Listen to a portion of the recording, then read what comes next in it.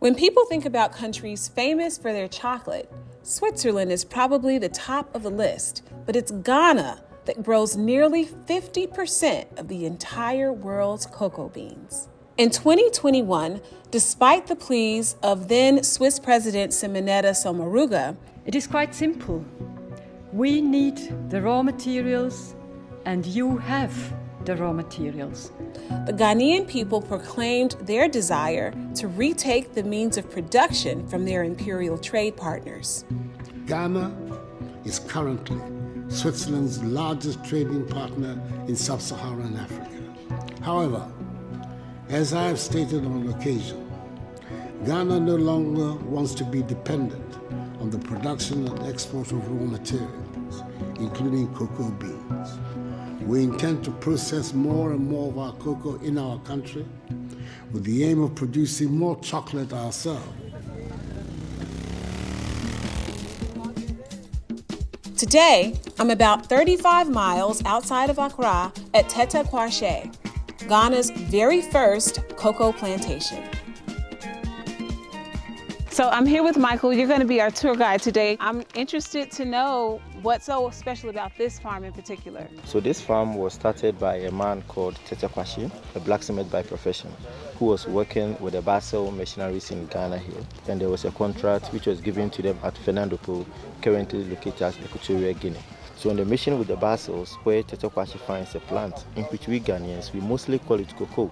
And Tete Kwache was having an interest in that cocoa, which he decided to return back some of the pods in Ghana. But in those days, it wasn't allowed to be taken out such a foreign material. Because he was a blacksmith, he was having a toolbox. So Tete Kwache was able to hide 6 of the ripe cocoa pods under the tools in the box.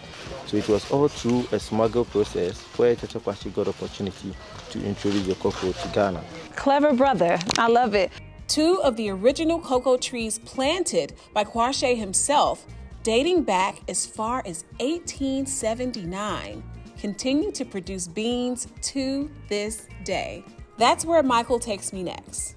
Wow, so this is a cocoa tree? Yes. Oh wow. Okay. 1879 cocoa tree. It still looks fresh, younger, and also still having cocoa pods. Just that we are not in the actual harvesting period. Other right than now. that, you'll be seeing a lot of the ripe cocoa pods and unripe pods on the trees. Oh wow. How long does it take for a cocoa nut to get ripened? Cocoa starts with a flower. Okay. These are the beginning of the cocoa. And from this stage up to a mature pod will take you 6 months. 6 months. It should be ready for harvesting. Before you can get to the savory, sweet taste we all know and love, cocoa seeds need to ferment. Now, Michael's going to show me how to start that process. Fermentation has to be done on either plantain leaves or banana leaves. So in order for it to go from the beans, it has to be fermented. That is it. So it's the fermentation that is going to help us get the flavor of the chocolate. And also in the pod, the beans are white, but we want to change that white color to brown. The darker the berry, the sweeter the juice. That's what they say. You take the pod, strike it open like this, and take out the bean. And this is how the beans are always arranged in the pod. And this can be taken It's kind of as a food, slimy. like this. You eat it? Yeah, you don't chew the whole thing, just lick around it. It's kind of sweet. First, the beans are separated from the membrane that protected them in their pods. This is the cocoa placenta. Yes. This is what has been holding the beans in this all that time. In the pod. Yes. Awesome. And then the beans are left for 4 more days to complete the fermentation process. So when it's the 7th day, then the beans are totally going to change from white to brown. Then it means the fermentation was well taken. The beans are dried for 3 weeks under strict supervision before they're ready to be processed for sale. So after 3 weeks, then the beans dries to become like this. And these are going to be the end product of cocoa from every cocoa farmer. Wow. How does it taste like? Like chocolate, very strong taste, earthy. Yes, like this is the real deal. You won't believe all of the ways the cocoa pod is used. Cocoa production, there is nothing being wasted. Everything is useful. So like this, we've already taken out the beans, which is the most important to the farmers. Okay. But yes, still, we can get some juices. Okay. When they are fresh, you can give this to animals as a feed. Animals such as cow, goats, pig, and sheep will like to feed on this. Really? But when it dries, then it becomes black. And this can also be used in preparation of our local soap for bathing and for washing.